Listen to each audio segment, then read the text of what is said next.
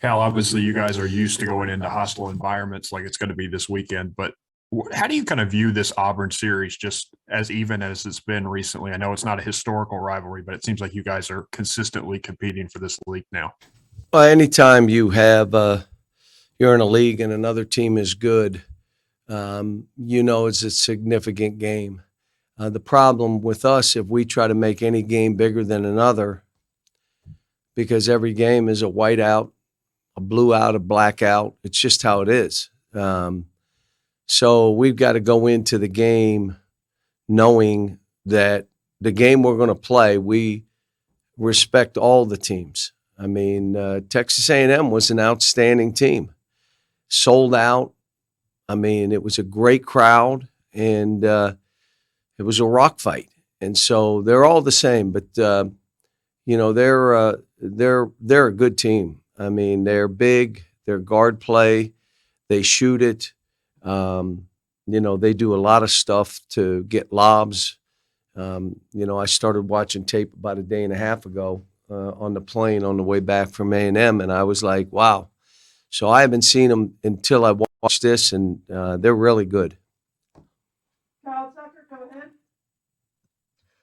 Yeah, Cal, although I'm not sure anything has actually changed much with the thought process, I wondered, does yesterday's report about Shaden potentially being eligible for the 2022 draft, does it alter anything in your plans for him? And is there any sort of No, I got to stop you because, guys, ask shorter questions because I got to leave here in about 6 minutes. No, it doesn't change anything. And that's with all due respect, Kyle. But it doesn't. He plans on being here next year. I mean, he's watching whether I play him or not this year. If he's ready to be able to be in games, I'll put him in. But he's a great kid, and he's doing well, and he's going to make practices even better. He's only been here 2 weeks. So he's, I think we're, but at the end of the day, I'm going to be for kids. It's how I do this. Go ahead. Carol Bird, go ahead. Yeah, Cal, the environment you guys are facing down there and what you have at Texas A&M, how does that help for March where you're going to be neutral court at worst? Well, that's why I like neutral games because of that. But these games toughen you up. And it also, the game may be neutral in the NCAA tournament, but there's a little different importance to it. So when you get in league play, making plays like Ty did at the end of that game, that was huge because at the end of the day, teams are going to stop you from doing what you want to do. And it becomes players making plays. And if you don't have anybody on your team, it's hard to advance. You got to have a couple guys on your team, and it appears as though we do. We have time for two more. Jerry Tipton and then New Bias. Yeah, John, I just wonder what you think of the matchups, Kessler and Jabari against Oscar, Wendell Green Jr. against whoever's your point guard at the time. Yeah, they're all tough matchups. They're long, they're big.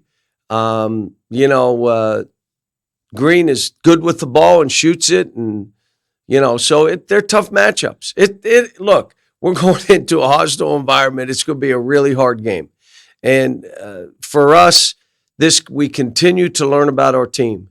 The last game we shot 36% and won, and I'm ecstatic because you need to know when you don't shoot it well, you can still win. You'll figure out a way.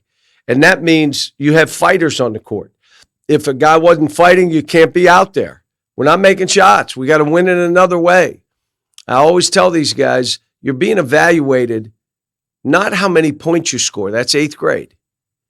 It's what do you do to help this team win, especially when you're not scoring? Well, you do nothing. Well, that's how you're evaluated. And so we got a bunch of guys that have a great mindset. Going to be a hard game. New Bias from AL.com. Finish us off, please.